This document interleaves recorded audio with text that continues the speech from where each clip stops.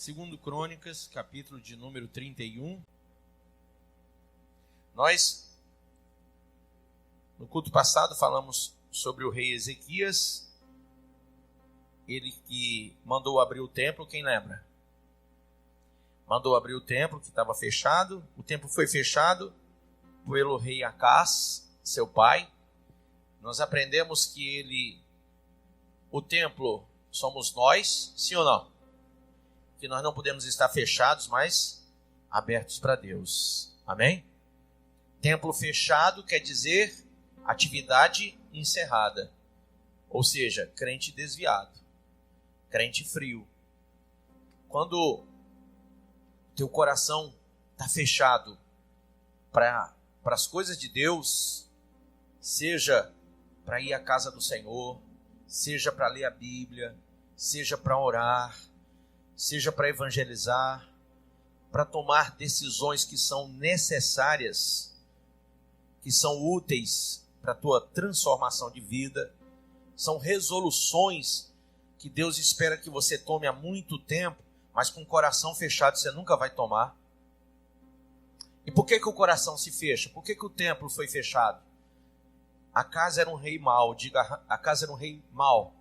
Mau no sentido duplo da palavra. Eu vou dizer por que duplo, porque ele era mau para ele e mau para as pessoas que estavam com ele. Ele só fez o que era mal. Mas tinha uma pessoa que foi criada dentro da casa dele, filho dele, que olhou, viu toda a sua malignidade, todas as suas ações ruins, mas não se deixou conduzir por aquilo, que foi o rei Ezequias. O rei Ezequias preservou seu coração, guardou seu coração. E nós também ensinamos que, sobre tudo, nós temos que guardar o nosso coração. Se a gente não guardar, a gente vai ser corrompido por todas as coisas que estão ao nosso redor, por todas as pessoas que estão ao nosso redor. E sempre tem gente para isso, sim ou não? Sempre tem coisas que nos conduzem à perdição. A Bíblia diz que há caminhos que para o homem, está lá em Provérbios, né? Parecem ser caminhos bons, mas são caminhos de morte. Então você até imagina que aquela pessoa seja boa para você, que aquele emprego seja bom para você, que aquela determinada situação seja conveniente para a sua vida, mas lá no final você percebe pelos acontecimentos, tá? Você podia até usar aquela inteligência, né, que eu falei brincando, o famoso Simancol, né? E perceber que se está indo ruim é porque não é um caminho bom, né? A árvore boa não gera fruto ruim, a árvore ruim nunca vai gerar um fruto bom. Então, se você abrir os olhos espirituais, você vai perceber o que não está certo, o que não está correto. E você já deve se converter do mau caminho. Você não precisa ir até o final. Tem gente que parece que quer chegar lá no fundo de poço, ainda cavar mais um pouco. Não precisa. Você não precisa disso. Se você já percebeu que o negócio é ruim, sai daí. Vem para Jesus. Amém? Você não precisa continuar nessa derrocada final aí. Você não precisa ir até lá. Deus não quer esse teu sofrimento. Deus não quer essa tua angústia. Deus não quer a tua opressão, a tua depressão. Deus não é feliz com isso. Isso não agrada a Deus. Tá? Eu fui orar numa senhora hoje, ela chorando pela vida, pela saúde dela, chorando. Mas aquele choro, sabe aquele choro de tristeza? Eu disse, pare de chorar, porque Deus não te dá graça dessa forma. Deus não vai te dar graça assim. Primeiro, para que Deus nos dê graça, nós temos que agradar a Deus. Amém? Então, será que Deus se agrada do teu desespero, da tua angústia, da tua desesperança, da tua falta de fé, da tua incredulidade, então? Porque você desconfia dele, você não crê. Você está aqui, mas não crê que ele é fiel e justo para te abençoar, para mudar tudo. Na verdade, nós temos autoridade e poder para mudar coisas. A Bíblia diz: o que nós ligarmos na terra será ligado no céu. O que nós desligarmos da terra será desligado no céu. A questão é que Satanás, ele engana, engolda, ele mente e ele transmite a você que você não tem condições nem capacidade alguma. E Deus, ele vai trabalhar na tua vida justamente na tua incapacidade. É onde você é muito incapaz que Deus é capaz de te abençoar mais ainda. Amém? Então vamos meditar aqui, vamos ler. No capítulo 29, até o versículo do 1 ao 11, nós vimos que ele manda abrir o templo. Diga, ele abriu o templo, depois ele purifica o templo, do 12 até o 19, ele purifica o templo. E nós paramos justamente no 19, quando ele e os levitas e os sacerdotes refazem todos os utensílios que haviam sido destruídos por Acás.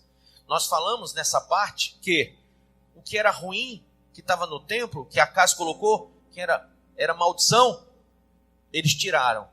E tudo aquilo que fazia parte do templo, que era bênção, eles repuseram novamente. Eles refizeram e repuseram lá no lugar, no seu devido lugar. Amém? Pronto. E com isso você aprende que no seu coração não pode ter coisas malditas. Pensamentos, desejos e tal. Não. Joga fora. Isso não presta para você. Traz para você aquilo que vai te conduzir à luz. Amém? Ok? Quem entendeu isso? Ah, por que fulano manifesta demônios? Coração. Por que fulano está preso em um vício? Coração. Por que se prostitui? Coração. O coração é volição, é desejo. Então, se você não parar com esse desejo mal, você nunca vai ser liberto. Nunca. Não existe. A gente manda, o demônio sai, mas ele volta. Ele volta com mais 7 sempre. Por quê? Porque a palavra te lava, você fica bem limpinho, ele percebe o adorno e volta. Não tem nada dentro. Você não tomou uma decisão. Diga assim, o Espírito de Deus é o único selo que pode fechar o meu coração, o meu templo, para que Satanás não entre mais. Para que entre só a palavra de Deus, só a vontade de Deus. Para que desejos e paixões mundanas não me dominem mais, mas que eu domine sobre elas. Amém? Glória a Deus.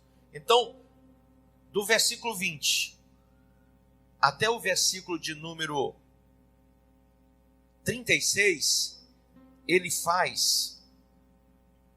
estabelece novamente o culto a Deus. Amém? Ele estabelece o culto. Do capítulo 30, do versículo 1 até o versículo de número 27, a Bíblia diz que ele faz o quê? Páscoa. Amém? Páscoa. Ele volta à celebração da Páscoa. Quem lembra que eu falei que a Páscoa, domingo passado eu falei isso, é a mesma coisa da Santa Ceia, né? Ou seja, só mudou que antes era um animal e agora nós celebramos Jesus. Mas simbolicamente falando, né? Jesus veio para ser o último e único sacrifício por todos. Amém? Pronto. Entramos no capítulo 31, onde falamos sobre, depois de estabelecido o culto a Deus, depois de celebrado Páscoa, depois de aberto o templo, depois de purificado o templo, estabelecido dentro dele o culto, depois que foi purificado e que foram colocados utensílios sagrados, foi tirado o que era maldição de dentro. Agora, Ezequias regula as contribuições para os sacerdotes e levitas. Falamos sobre isso também. Vamos daqui para frente, para a gente falar com propriedade, a partir do versículo de número 10. Amém?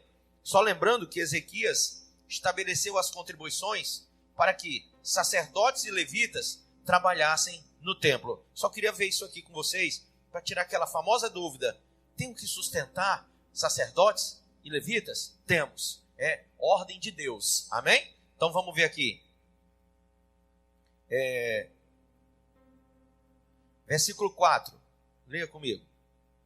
Além disso, ordenou ao povo, moradores, eu estou no capítulo 31, tá?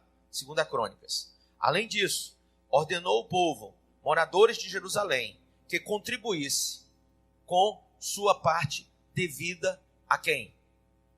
Parte devida quer dizer o seu débito. Escreva do lado, dívida. Dívida, havia uma dívida entre o povo de Jerusalém e os sacerdotes que estavam ali, e os levitas que estavam ali agora com o templo aberto. Amém? Então ele diz que contribuísse com a sua parte devida. Havia um valor devido aos sacerdotes e aos levitas, para que pudessem, diga comigo, dedicar-se à lei do Senhor. Para aí, só uma coisa. Como que alguém vai se dedicar a alguma coisa pensando em 10 coisas? Dá para fazer? Não. Você consegue cantar e assoviar e chupar cana? Hein? Não? Pois é. Isso é o que as pessoas lá fora, não é você, mas lá fora, querem que o pastor da igreja faça. Eles querem que a gente cuide da igreja, que a gente trabalhe fora, que a gente cuide da família, que a gente cuide da família de todo mundo, que a gente administre o presbitério da igreja, o ministério, as construções, as reformas, a abertura de novas igrejas, que a gente faça missões, que a gente ensine teologia e tudo isso aí sem contribuição. Por que você acha que as pessoas elas são tão fechadas para ofertar e dizimar? Porque o coração está fechado para isso. O templo, diga o templo, o meu coração, quando ele está fechado para contribuição, ele está impedindo o sacerdócio.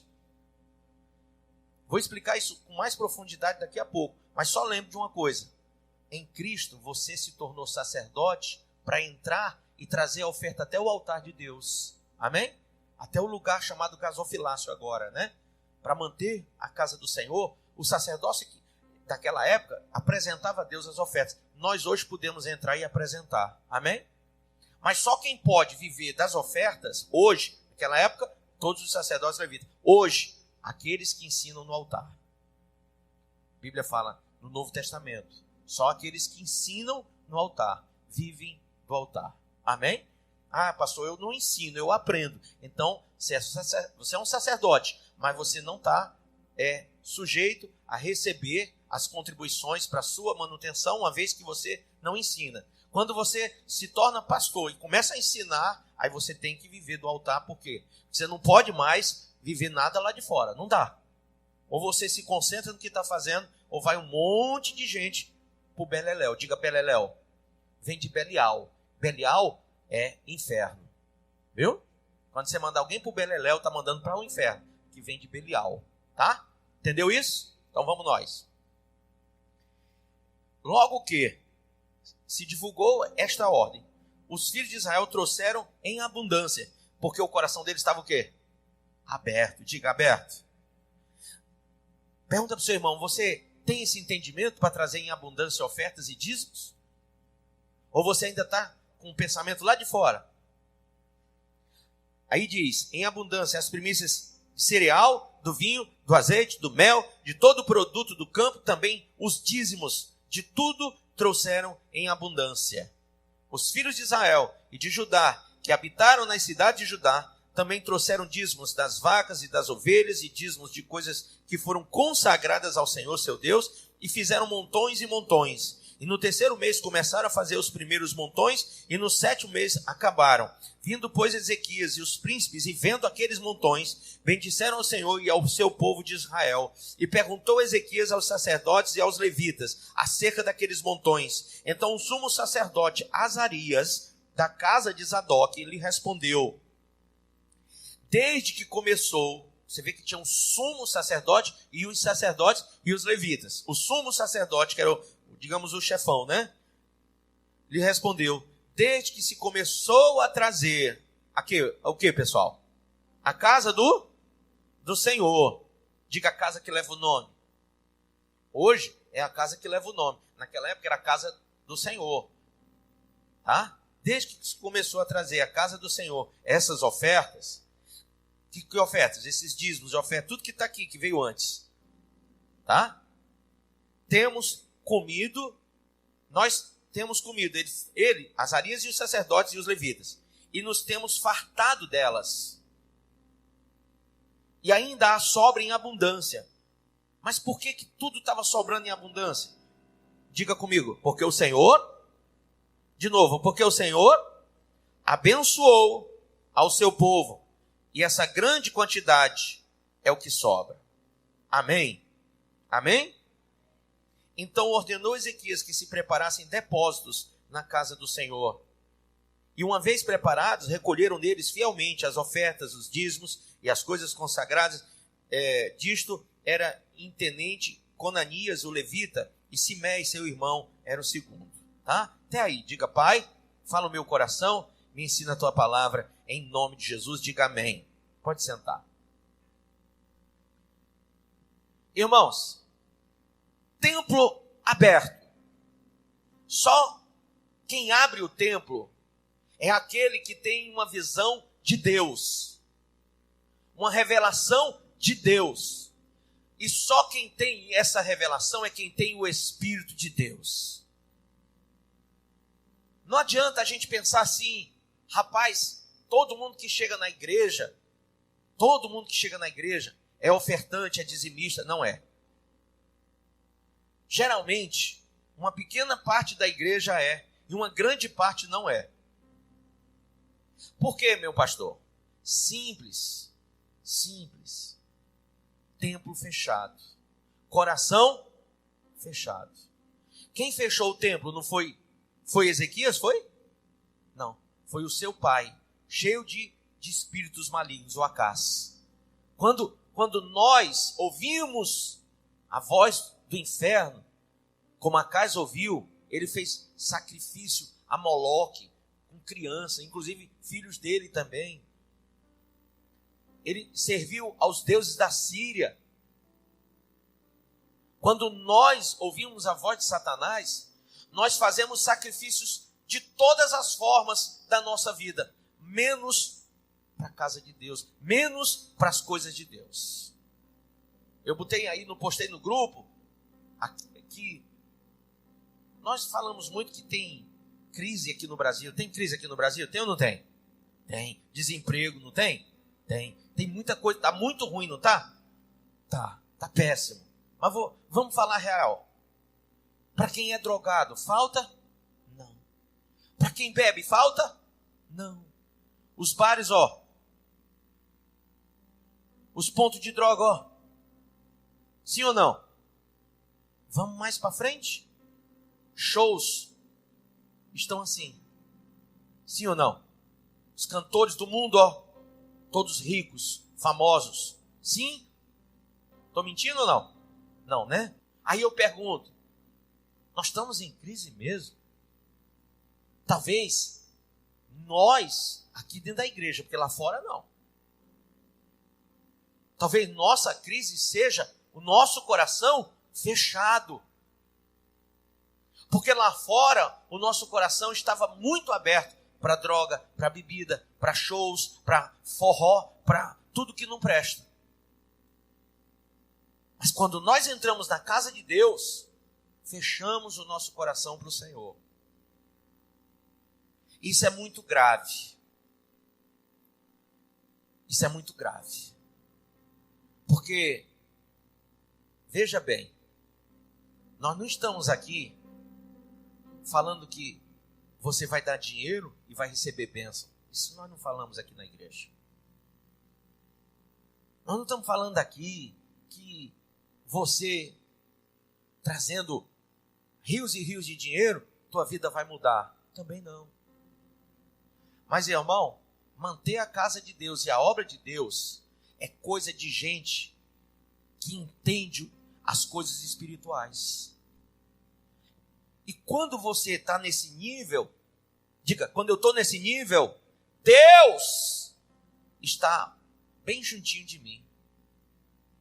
O Espírito Santo está aqui, selando tudo, dando aval.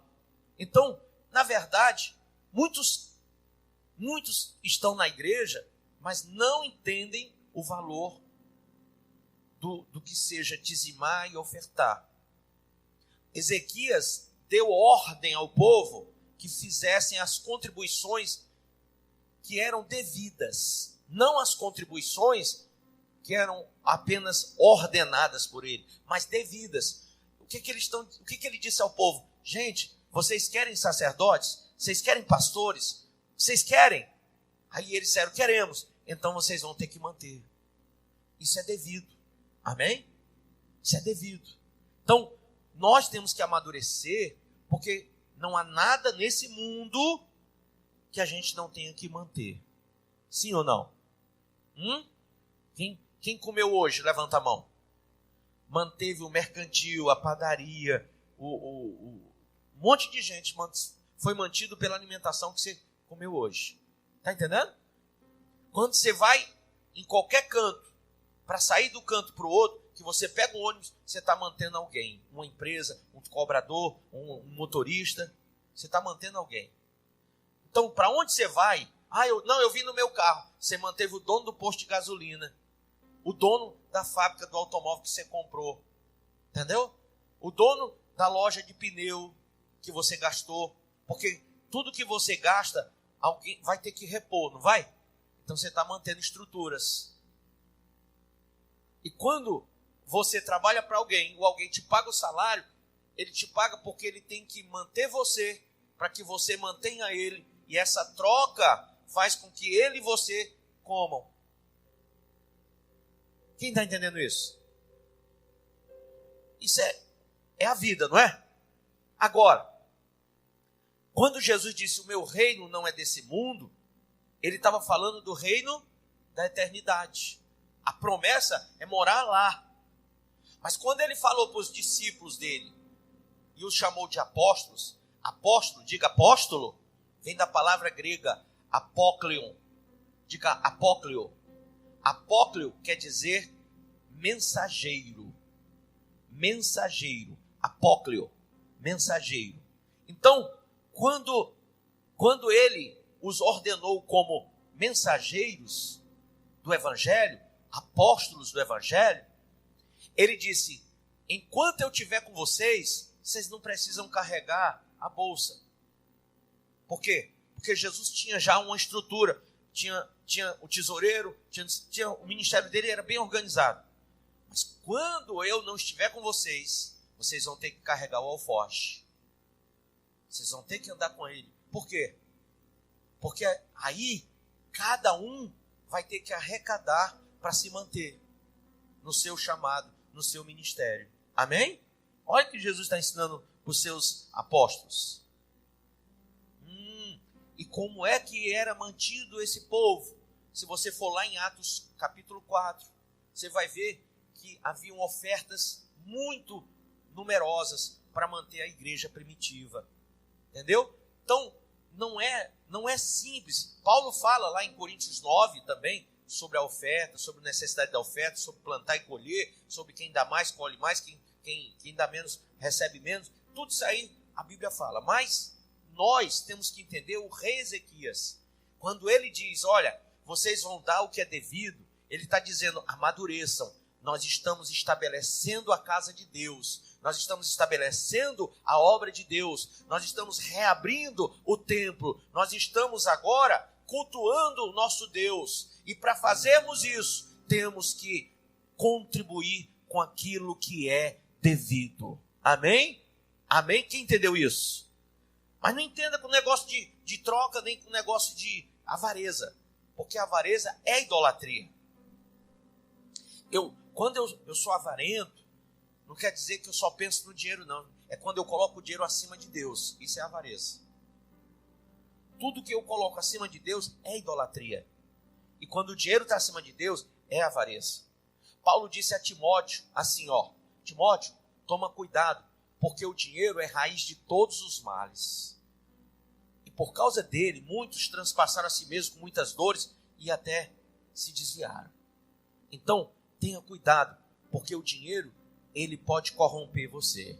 E já talvez, você que nem tem muito, já esteja corrompido. Por quê? Porque você fecha o templo na hora que ouve a palavra oferta e dízimo. Quando deveria estar o quê? Aberto. Aberto. Amém? Quem me entende isso com o ouvido duro? Duro, bem duro. Eu estou tentando falar o seu coração. Tá duro o ouvido? Ou tá bom de ouvir? Tá bom? Tá? Eu estou tentando falar o seu coração. Por quê? Porque essa palavra aqui que eu estou ensinando, gente, isso aqui é coisa para gente que come baião de dois, rapadura, toicinho e carne do sul. Entendeu?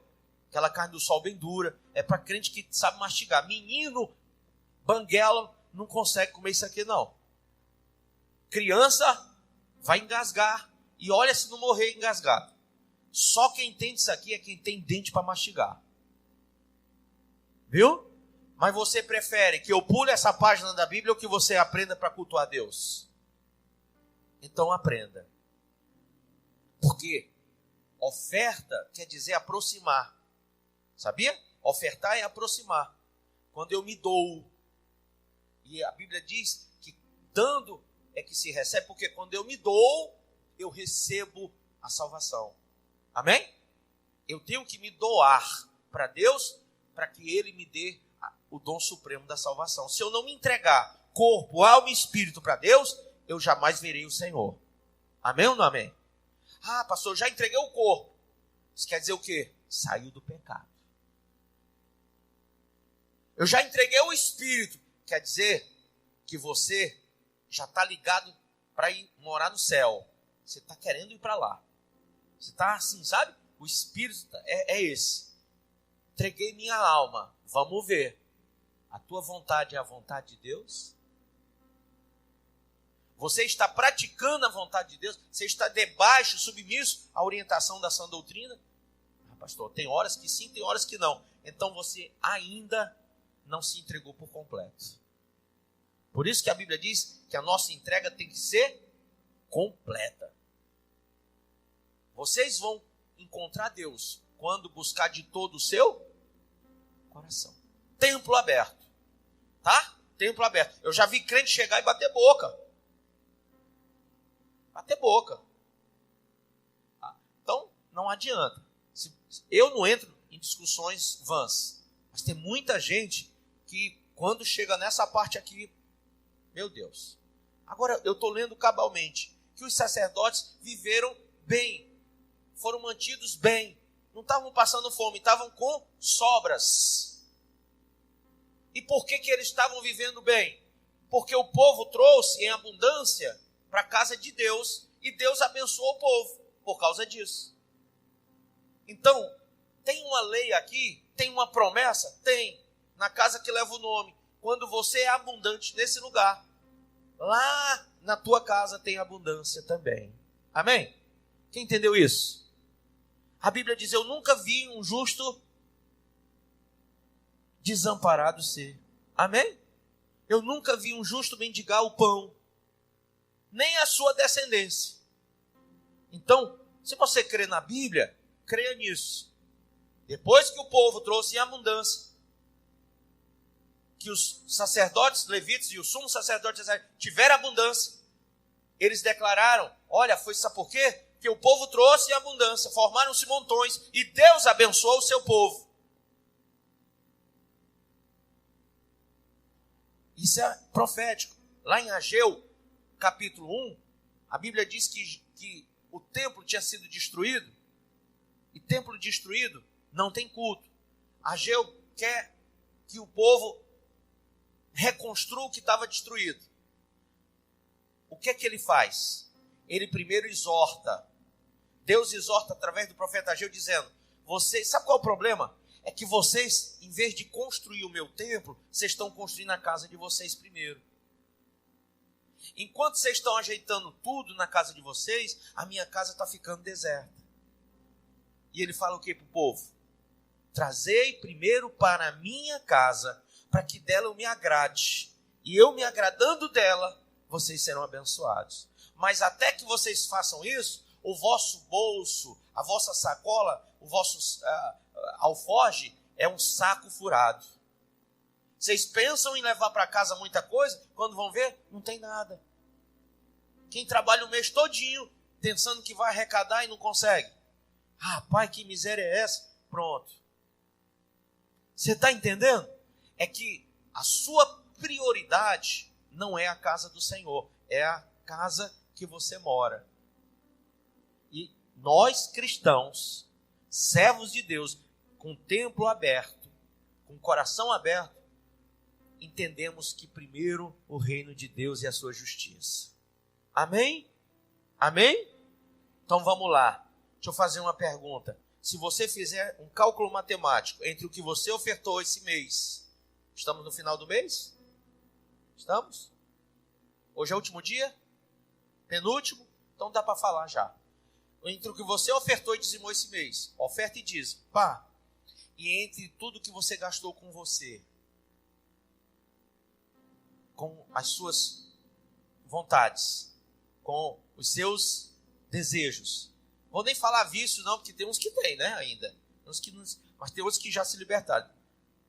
Mas aonde foi mais empreendido o dinheiro? Aonde você mais falhou?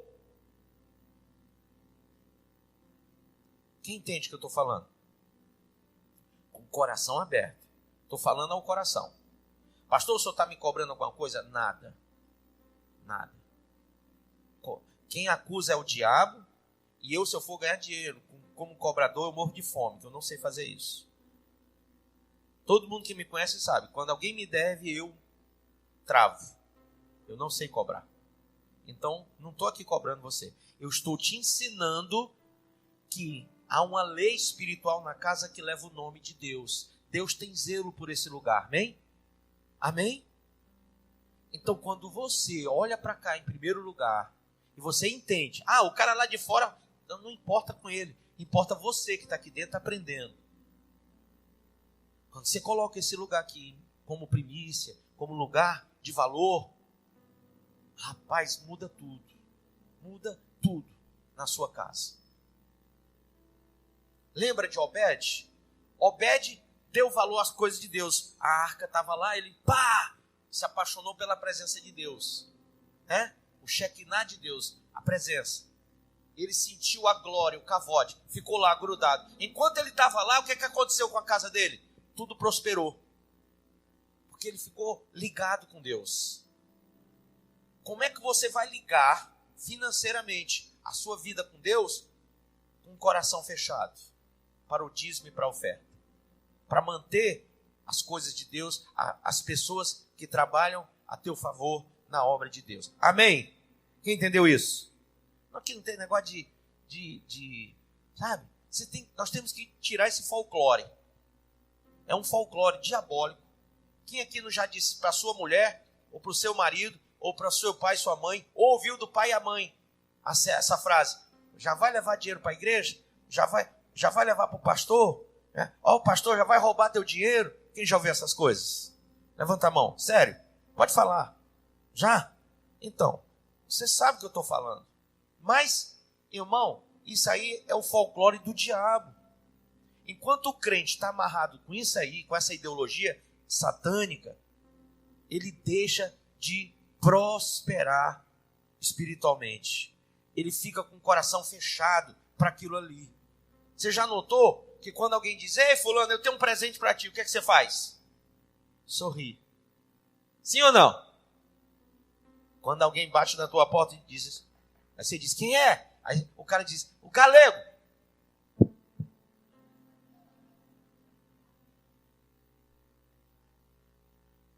Aí você, sem nem pensar, porque na hora do desespero, da avareza, você diz, não tem ninguém não. O pobre do galego sempre vai, né? Hein? Não é assim que acontece? Aí o irmão do lado, o vizinho lá, que nem é crente, diz, crente, viu? Papai dizia que tem um crente e um cretino, né? Você imagina isso? Mas acontece, não acontece? Acontece. Quando o pastor está falando aqui, é como se fosse o galego. E eu digo, tem algum dizimista aí? Tem algum ofertante? Não, quer dizer que não. Por quê? Porque isso era uma maldição que deveria ser quebrada. E Ezequias dá ordem para que sejam quebradas as maldições, aquilo que estava impedindo Deus ser cultuado. Amém? Pois bem, entendemos isso ou não? Entendemos? Vai lá para o versículo de número 20.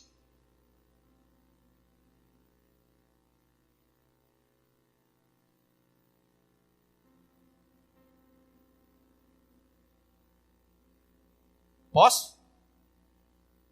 Assim fez Ezequias em todo o Judá, fez o que era o quê? Bom, o que mais? Reto, o que mais? Verdadeiro perante o Senhor seu Deus. Então aprenda isso. Faça o que é bom, o que é reto e o que é verdadeiro perante o seu Deus. Deus vê todas as coisas. Deus ouve todas as coisas. Não adianta você fazer o que é bom, o que é reto, o que é verdadeiro. E não, você tem que fazer isso porque você entende que Deus está olhando. Não você fazer só para mostrar para o outro. Você tem que fazer porque Deus está vendo. Amém? Versículo seguinte. Em toda a obra. Quem quer ser abençoado em tudo que faz? Ok. Em toda a obra que começou no serviço da casa de Deus, na lei e nos mandamentos, para buscar seu Deus, de todo o coração o fez, e o quê? Prosperou. Então, quando você vai fazer, faça de todo o coração. É nisso que Deus abençoa e prospera você. Entendeu não? Não, eu vou dar porque vai ficar chato. Eu estou aqui, o pastor está olhando para mim. Não adianta. Faça de todo o coração. O dízimo e a oferta é de todo o coração. Tem que ser uma celebração dentro de você. Quem já viu uma piada que quase morre de rir? Já passou por essa? Eu uma vez quase que eu desmaio. Que eu sou frouxo para rir. Entendeu? Então, irmão, o dízimo e a oferta para quem está com o templo aberto para Deus, ele é como aquela piada. Você fica sorrindo de alegria. Não estou vendo ninguém sorrir.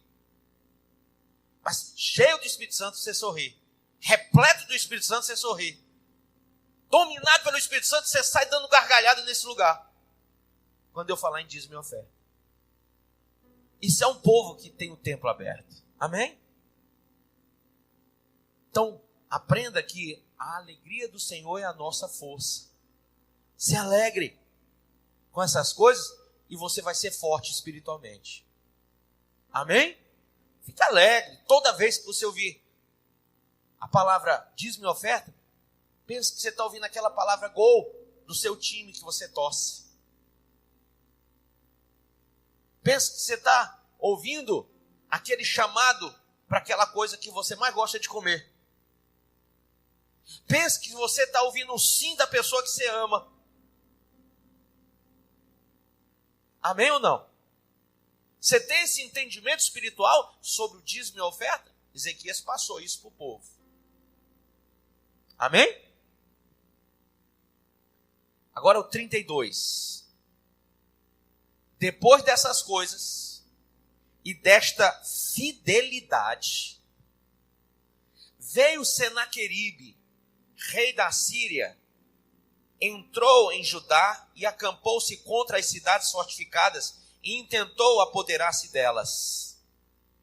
Vendo, pois, Ezequias que Senaqueribe vinha e que estava resolvido a pelejar contra Jerusalém, resolveu, de acordo com os seus príncipes e os seus homens valentes, tapar as fontes das águas que havia fora da cidade, e eles o ajudaram. Escreva do lado.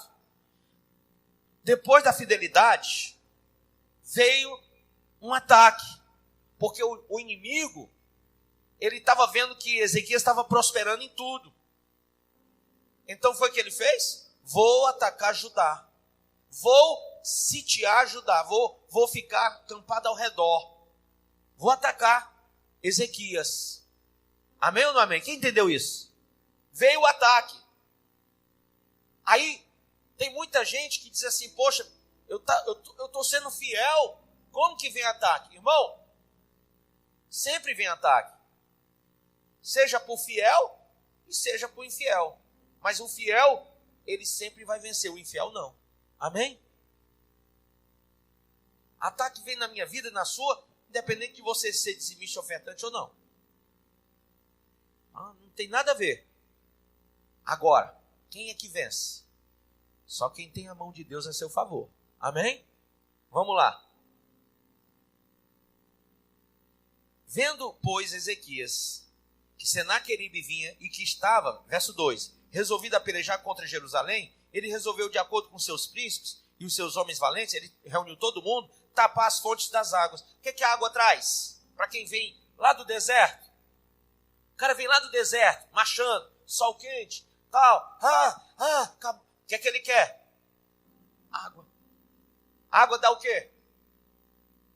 Hein? Dá o quê? Força. O cara tá lá, ai, que sede, bebe água, fica o quê? Forte. Pastor, eu sinto força com um pedaço de galinha, um pedaço de carne. Calma. Se tu tiver com sede, tu não quer nada para comer, tu só quer algo para beber. Tenta comer alguma coisa com a boca seca. Nem desce. Vocês estão entendendo? No deserto, a boca fica queimada, seca. Se desse um boi assado, eles não pegavam. Porque eles queriam o quê? Água. Água, primeiro água. O que é que Ezequias inteligentemente faz? Tira a água. Vamos fechar a passagem da água para eles não beberem água. Sem água eles vão ficar impossibilitados de comer. E se eles não têm possibilidade de comer, eles vão ficar o quê? Fracos. Amém ou não amém? Então, diga para o seu irmão, não dê água para o seu inimigo. O diabo, ele tem sede da tua alma. Ele tem sede de acabar com a tua raça. Ele tem sede de acabar com o teu casamento. Ele tem sede de destruir a tua vida. Aí você fica dando água para ele.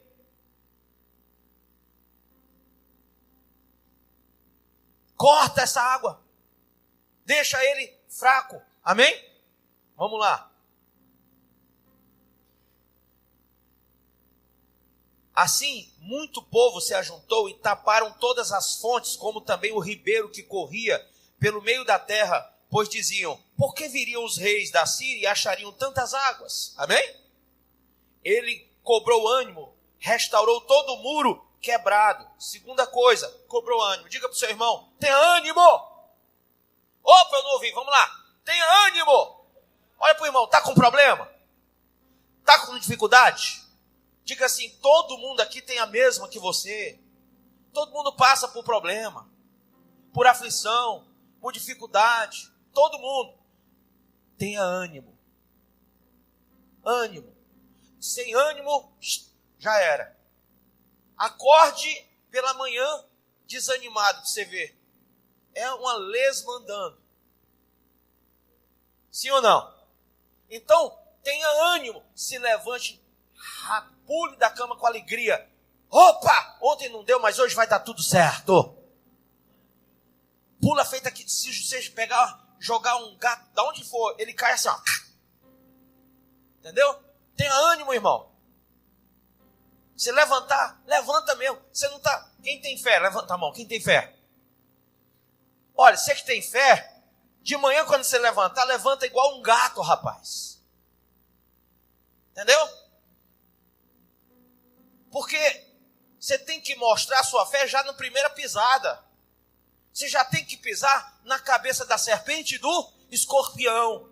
E as portas do inferno não podem prevalecer contra a sua vida. Amém ou não amém? Então quando você acorda de manhã desanimado, você não pisa em ninguém, você já é pisado de manhã. Mas quando você já acorda com a fé, você já... Opa! Hoje vai dar tudo certo. E todo mundo olha para você, você é doido. Ontem você estava aí, mó deprê. É ontem. Hoje o choro dura por uma. Pela manhã vem o quê? Alegria. Eu estou alegre. Alegria do Senhor é a minha força. Estou forte. Estou pisando na cabeça da serpente do escorpião. E hoje as portas do inferno não vão prevalecer contra a minha vida. É isso que ele está nos ensinando aqui. Primeiro ele cobrou ânimo. Cobrou ânimo. Depois, restaurou todo o muro quebrado. Ah, irmão, você cobra ânimo. Você tem que restaurar tudo que está quebrado. Porque no dia anterior, quando você estava lá, sabe, naquela depressão, você falou bobagem. Você deu legalidade ao inferno. Você fez besteiras e mais besteiras. Então, o que você fez ontem foi quebrar algumas alianças que você tinha com Deus. Foi quebrar princípios. Foi quebrar valores espirituais que faziam com que você andasse com o Senhor em uma perfeição, em uma sincronia, um sincronismo espiritual. Aí você, por causa de uma depressão, por causa de um problema, porque não deu certo em alguma coisa, porque frustrou-se, você foi falando bobagem, fazendo coisa errada e foi quebrando os princípios e valores que te unem a Deus. E eu quero que você preste atenção nisso, porque essa é uma das armas do inferno contra você. A língua, que é inflamada pelo inferno. Você começa logo, entra logo no bife e vai falando bobagem. Sim ou não? Ô, rapaz. E aí você fala no ouvido da mulher, a mulher que deveria ser, você deveria ser o cabeça. Aí você fala e você quase destrói com a pobre da mulher. Ela fica espiritualmente decaída. Os filhos ouvem a discussão sua com a sua esposa e ficam decaídos também. O teu abatimento, você passa para a família toda, fica toda uma família caída. Agora, acordou com fé, meu filho? Vai ter que restaurar tudo que foi quebrado. Você vai ter que ser pastor da sua mulher, dos seus filhos, dos seus vizinhos que ouviram a confusão. Entendeu? Das pessoas que você escandalizou. Você vai ter que restaurar. Quem você desviou por causa do teu desânimo, do teu descompromisso naquele dia anterior, naquele momento passado. Você vai ter que restaurar essas coisas. Perante Deus, você vai ter que restaurar princípios e valores que você não pode abrir mão deles mais. Amém? Mas lembre-se, você não falou só para Deus não, você falou para a gente ouvir. Não foi só perante Deus, foi perante os homens. Então você vai ter que consertar essa coisa toda. Restaurar muros. Muros quebrados, diga muros quebrados. É entrada para o inimigo. Quantas vezes você já notou que tem muros quebrados na sua vida espiritual? No seu casamento? Por deslealdade? Né? Então, muros quebrados. Você tem que reconstruir esses muros que foram quebrados. Eles são danosos, porque são espaços abertos para que o inimigo entre na sua vida e destrua você, e destrua sua possessão, sua casa. Vai fechando esses muros. Vai reparando eles. Amém? Então ele cobrou ânimo e o quê? Reparou, diga, reparou todo o muro. Não foi uma parte, todo o muro quebrado. E a outra coisa que ele fez? E ele, diga ele, ergueu torres. Para que serve uma torre? Para que serve uma torre? Vigia. Diz para o irmão, vigia, irmão. Torre é para que aquele soldado, aquele sentinela fique lá, ó, olhando para tudo. A torre é lugar de vigilância. Ele construiu torres de vigílias, de vigias. Para quê? Que adianta eu levantar um muro e não construir as torres? Que adianta eu levantar minha família hoje, o meu casamento hoje, e não vigiar e amanhã fazer tudo errado de novo? Ou eu estou ouvindo alguém dizer perto de você agora, não sei se é o diabo, mas eu acho que pode ser sua mulher ou seu marido. Parece contigo. Que promete como sem falta e falta do jeito que promete. Ah, dessa vez vai. Vai? A mulher nem crê mais nisso, nem o filho, ninguém mais crê em você, nem você próprio. Porque você só faz levantar os muros, mas não constrói as torres de vigilância. Então, a Bíblia diz, vigiai e orai para não cair em tentação. Você está de pé? Cuide para não cair, vigie. Torre serve para isso. Amém? Torre serve para isso. Então, ele não é nada bobo. Vou levantar o ânimo. O inimigo veio. Vou tirar a água dele. Ele vai ficar fraco. Não vou só fazer. Vou reparar os muros. Tudo que eu quebrei, tudo que está quebrado, vai ser reparado. Mas eu também vou colocar torres de vigia. Por quê? Porque eu sei que a gente tem que vigiar o inimigo. Tem que ver por onde ele vem, por onde ele quer atacar. Eu tenho que estar percebendo se ele está querendo atacar através de um filho meu, da minha esposa, do patrão, que chega cheio de cão, às vezes na empresa, querendo humilhar todo mundo. Um colega de trabalho, uma pessoa na rua, às vezes uma pessoa te fecha no trânsito. Minha mulher sempre comigo do lado, quando alguém me fecha no trânsito, ela sabe que eu sou meio Van Damme nessa hora, aí ela vai e diz, vigia, varão, vigia. Vigia, volta para a terra. Entendeu? Então, queridos, nós temos que ter torres de vigia. Agora eu queria só ouvir aquela pergunta. Bispo, fala para mim, como é que são essas torres? Vai, por favor. Bispo, vai. Fala para mim. Mais alto, vai, para eu ouvir. Pronto. Se olhe no espelho. Seja uma torre de vigilância. Você está levantando os muros e você tem que vigiar. Você tem que ser essa torre forte. Amém? Então, se o marido vigia, se a esposa vigia, tem contenda? Não. Se o pastor vigia, a ovelha vigia, tem problema? Não. Então, na verdade, o problema entre dois irmãos dentro de uma casa é a falta de vigilância de um deles. Porque o diabo pode usar o outro, mas nunca vai usar os dois.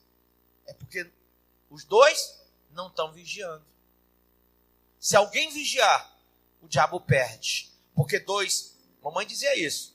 Quando a gente ia discutir lá em casa, os irmãos, ela dizia, meu filho, 2 cachorros só brigam quando os 2 querem. Palavra forte, mas a gente ouvia. Por quê? Peraí, eu não vou brigar, eu não quero. Não vou. Aí deixa ele falando sozinho. Fala, pode falar. Vai falar. Eu que não vou abrir minha boca. Inflamada pelo inferno, principalmente. Na hora da raiva, da quintura, só sai fogo ruim. Não deixa passar a tempestade. Quando vier a bonança, aí eu abro. Amém? Vigia, irmão. Vigia o lábio, vigia a boca, vigia os olhos, vigia tudo. Se o teu olho é bom, todo o teu corpo é luminoso. Vigia o pensamento. O que é que você está pensando? Tem que vigiar. Quantas vezes eu já conversei com gente que diz assim, bispo, eu quero ser liberto. Quer? Então, vigia o teu coração, vigia o teu pensamento, vigia as tuas ações, os teus desejos. Bispo, é que eu gosto. Você gosta do pecado. Quando a pessoa manifesta, eu digo, demônio, qual a tua entrada? Ele ou ela gosta disso, daquilo outro. Aí eu me aproveito. O que é que você gosta? Que é ruim? É a entrada de Satanás na tua vida. Amém? Então, tira as forças dele. Levanta o muro caído e constrói torres de vigia. Nunca mais você cai nessa área. Nunca mais o diabo vai entrar por ali. Nunca mais ele vai ter êxito, porque ele sabe que agora você está vigiando. Que você reparou tudo que estava quebrado. E que você levantou muros altos. E ele não é pequeno, não. Ezequias é um cara de Deus. Olha o que ele faz mais. Eu vou terminar isso aqui, porque domingo eu vou falar mais coisa. Presta atenção. Levantou também o outro muro por fora. Quer dizer, tinha um muro aqui, ele faz outro. Vai ficar mais difícil ou não? Vai. O inimigo vai tentar vir, mas tem 2 muros em vez de um só. E entre um muro e outro, tem um espaço enorme que não dá para pular dali para cá, nem daqui para lá. Entendeu? É um espaço, é um precipício. Se quiserem passar, vão cair no precipício. Por isso que era costume deles fazer isso. Quem levantava muralhas, fazia uma segunda muralha, para que o inimigo que conseguisse subir na primeira, na segunda ele era vencido. Aí eu pergunto para você, na tua vida espiritual, no teu casamento, na tua vida emocional, na tua vida financeira, na tua vida como um todo, em cada setor da tua vida, você tem tido cuidado de levantar muros, de construir torres de vigia, de reparar o que está quebrado e de levantar uma outra muralha para que fique mais difícil o acesso ao teu coração, à tua vida. Você sabe que o inimigo anda ao teu derredor buscando te devorar, te destruir, te matar, te roubar. Aí você deixa facinho, ainda abre a porta para ele. Ele chega lá, blim, blom, aí você abre a porta.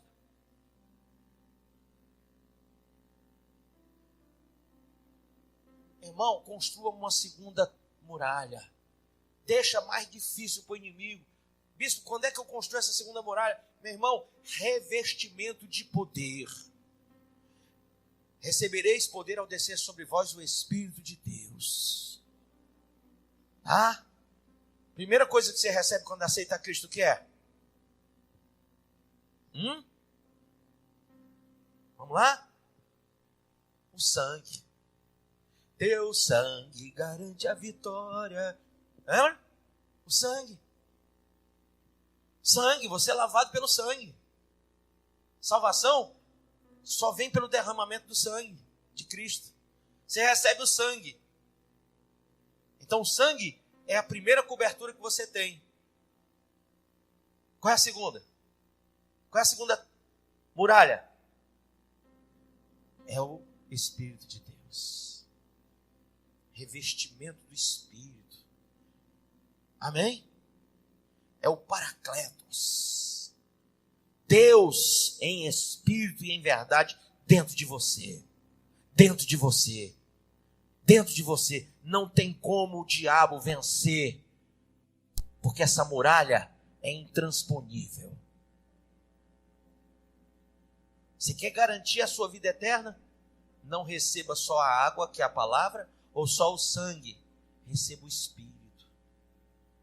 A fé vem pelo ouvir a palavra, não vem? Vem.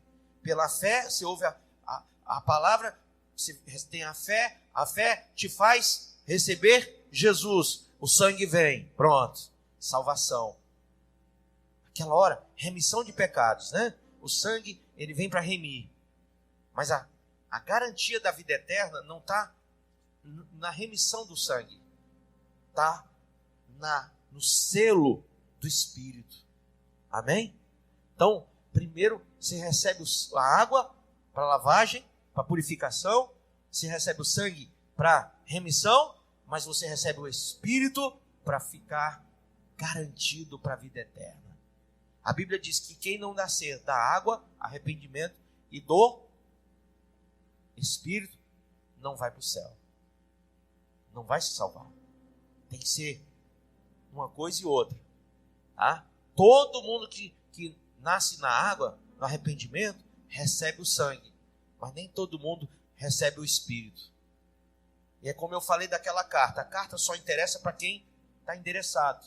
Quando você vem aqui na frente, cheio de problemas, de mazelas, de inimigos, de senaqueribes, e a gente ora, a gente prega a palavra, você recebe a palavra, vai arrancando coisas, lavando você, aí você vem na frente, recebe o sangue vem, reme o teu pecado, você está livre da condenação do pecado naquela hora, mas isso não quer dizer que você não vai sair fazer besteira de novo.